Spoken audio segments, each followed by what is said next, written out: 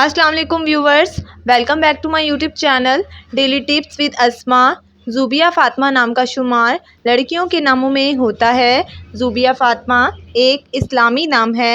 ज़ुबिया फ़ातिमा नाम की इब्तदाई तारीख अरबी ज़बान से निकलती है। ज़ुबिया फ़ातिमा नाम की लड़कियों के लिए खुशकिस्मत नंबर 8 माना जाता है। ज़ुबिया फ़ातिमा नाम का शुमार इंटरनेट पर सबसे ज़्यादा सर्च होने वाले नामों में से होता है। ज़ुबिया फ़ातिमा नाम की लड़कियों में बहुत सी खूबियाँ पाई जाती हैं। ज़ुबिया फ़ातिमा नाम की लड़कियाँ बहुत चालाक होती हैं। ज़ुबिया फ़ातिमा नाम की लड़कियों में ज़्यादातर खुश इखलाक लड़कियाँ भी पाई जाती हैं।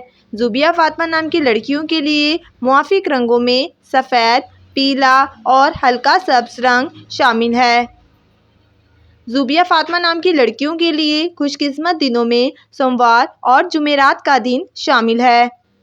ज़ुबिया फ़ातिमा नाम का मतलब है अल्लाह की अता और परहेज़गार। खुशकिस्मती वाली धातु में हिंसों के हिसाब से कांसी शामिल है। ज़ुबिया फ़ातिमा नाम की लड़कियों के लिए खुशकिस्मत पत्थरों में सब्ज़ पत्थर शामिल है।